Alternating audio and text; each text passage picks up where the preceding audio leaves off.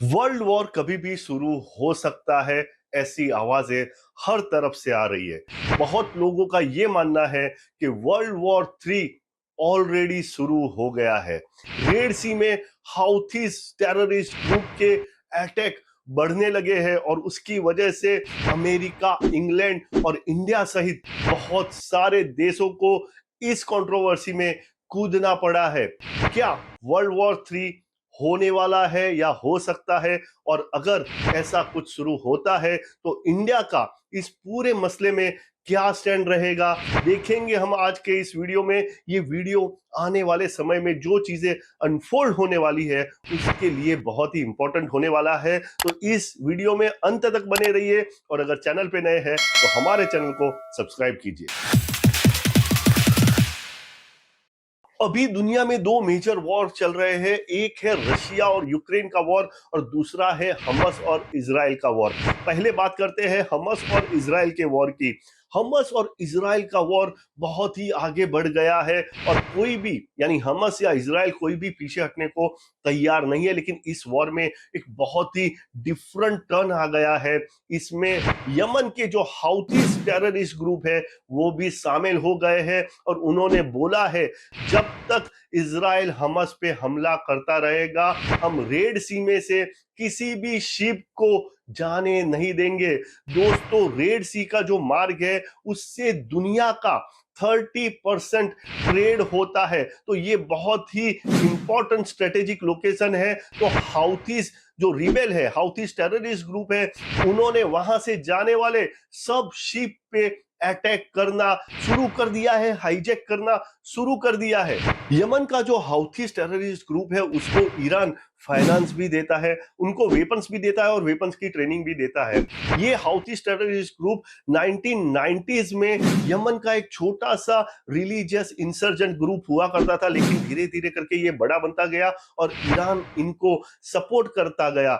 आज यमन के 1/3 land area पे हाउथीज का कब्जा है और 2/3 पॉपुलेशन पे भी हाउथीज राज करते हैं। इसी तरह ईरान लेबनान में हिजबुल्लाह नाम के एक टेररिस्ट ग्रुप को सपोर्ट करता है, लेकिन इन सब का कॉमन एनिमी एक ही है और वो है इजराइल। तो इजराइल के सामने लड़ने के लिए ये सब साथ में आ गए हैं। देखिए, हिजबुल्लाह अभी तक पिक्चर में नहीं आया, लेकिन हिजबुल्लाह कभी भी ये वॉर में कूद पड़ सकता है और इजराइल को नॉर्थ साइड से, लेबनान की साइड से अटैक कर सकता है।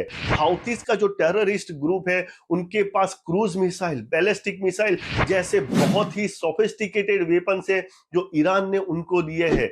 ईरान का रोल यहाँ पे बहुत ही सस्पिशियस है। दुनिया भर के देश ईरान को बोल रहे हैं कि हाउथीज अटैक कर रहा है, कुछ कीजिए। ईरान ये बोल रहा है कि हाउथीज और हमारा कोई रिश्ता नहीं है, जबकि पूरी दुनिया को पता है कि ईरान हाउथीज को वेपन्स देता है, पैसे देता है और वेपन्स की ट्रेनिंग देता है। देखिए, जैसे मैंने बताया, दुनिया का 30% ट्रेड रेड सी के थ्रू यानी सुएज कैनल के थ्रू होता है। दूसरा भी एक ऑल्टरनेटिव रूट है, लेकिन वो बहुत ज्यादा लंबा है और कॉस्ट इफेक्टिव भी नहीं है। लेकिन अभी जब हम बात कर रहे हैं तो दुनिया की बहुत बड़ी बड़ी शिपिंग एजेंसियों ने ये बोल दिया है कि हम रेड सी के थ्रू ऑपरेट नहीं करेंगे। तो आने वाले समय में चीजों के दाम जो है वो बढ़ सकते हैं, क्योंकि हाउथीज के अटैक से पूरी दुनिया का बिजनेस गड़बड़ा जा सकता है। तो अमेरिका ने एक टास्क फोर्स बनाया है हाउथीज के अटैक को अटकाने के लिए और अमेरिका रेड सी में आ गया है हाउथीज को अटकाने के लिए। यानी इस वॉर में अमेरिका, इंग्लैंड, फ्रांस, बहरीन जैसे बहुत सारे कंट्रीज कूद पड़े हैं। इंडिया ने भी हाउथीज के अटैक को अटकाने के लिए अपने 10 नेवी के शिप उतारे हैं। हाउथीज टेररिस्ट ग्रुप ने इंडिया के शिप्स पे भी अटैक किया है, लेकिन अभी तक जितने भी अटैक हुए हैं उसमें से किसी भी अटैक को इंडिया की नेवी ने सक्सेसफुल नहीं होने दिया। इंडिया रेड सी के थ्रू यूरोप, अफ्रीका और अमेरिका के साथ ट्रेड करता है। इंडिया चाय, basmati rice, James and jewellery, machinery जैसी बहुत प्रोडक्ट्स ड्रग्स का ट्रेड रेड सी के थ्रू करता है और इंडिया के बिजनेस हाउसेस ने ये बोल दिया है कि जिन चीजों का ट्रेड रेड सी के थ्रू होता है उन चीजों के दाम आने वाले समय में बढ़ सकता है। इंडिया ने भी ईरान को अप्रोच किया है हाउथीज के अटैक को अटकाने के लिए और चाइना ने भी अपनी लैंग्वेज में ईरान को बोल दिया है कि अगर चाइना के शिप पे हाउथीज ने अटैक किया तो चाइना ईरान को छोड़ेगा नहीं। लेकिन ईरान हमेशा की तरह एक ही बात बोल रहा है कि हाउथीज का और हमारा कोई रिश्ता नहीं है।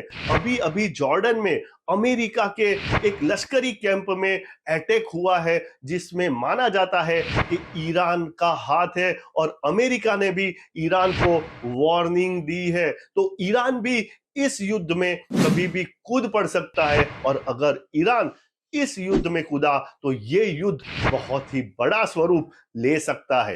एक तरफ इजराइल और हमास का वॉर बड़े से बड़ा बनता जा रहा है और दूसरी तरफ रशिया और यूक्रेन का वॉर और डेंजरस बनते जा रहा है। 2 साल हो गए इस वॉर को लेकिन थमने का नाम नहीं ले रहा है क्योंकि इसमें एक तरफ तो यूक्रेन है जिसको नाटो के कंट्रीज कंटिन्यूअसली सपोर्ट कर रहे हैं। तो यूक्रेन ये वॉर हार नहीं सकता है और यूक्रेन पीछे भी हट नहीं सकता है। और दूसरी तरफ रशिया है जो किसी भी हाल में इस वॉर को जीतना चाहता है।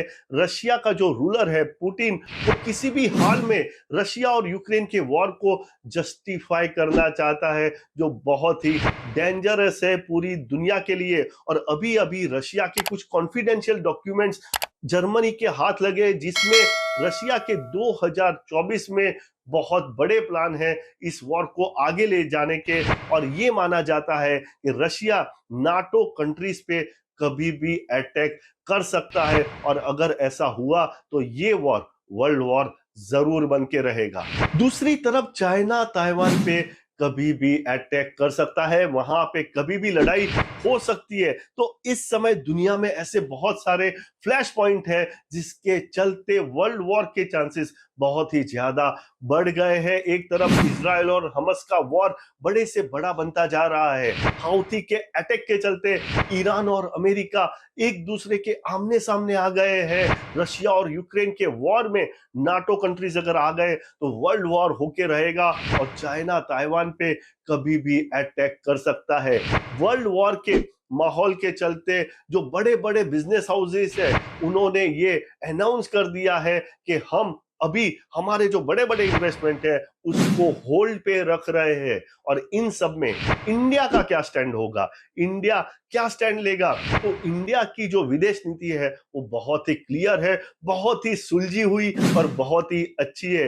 इंडिया इन प्रिंसिपल वॉर को कभी भी सपोर्ट नहीं करता है, यानी अगर दो देशों के बीच में युद्ध होता है तो इंडिया कभी भी एक देश को सपोर्ट नहीं करेगा।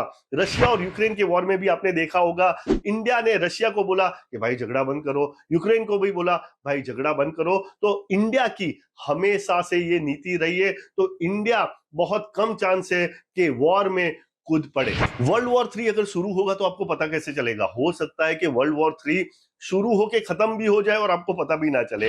वर्ल्ड वॉर 1 और वर्ल्ड वॉर 2 जब चालू थे तब उसको वर्ल्ड वॉर बोला नहीं गया था। सिर्फ 1917 में एक अमेरिका के न्यूज़पेपर ने पहले विश्व युद्ध को विश्व युद्ध बोला था, बाकी 1940 तक पहले विश्व युद्ध को ग्रेट वॉर ही बोला जाता था। उसी तरह से दूसरे विश्व युद्ध को विश्व युद्ध दूसरा विश्व युद्ध खत्म होने के बाद बोला गया। तो इसी तरह आपको हो सकता है पता ना चले कि वर्ल्ड वॉर 3 शुरू हो और खत्म भी हो जाए।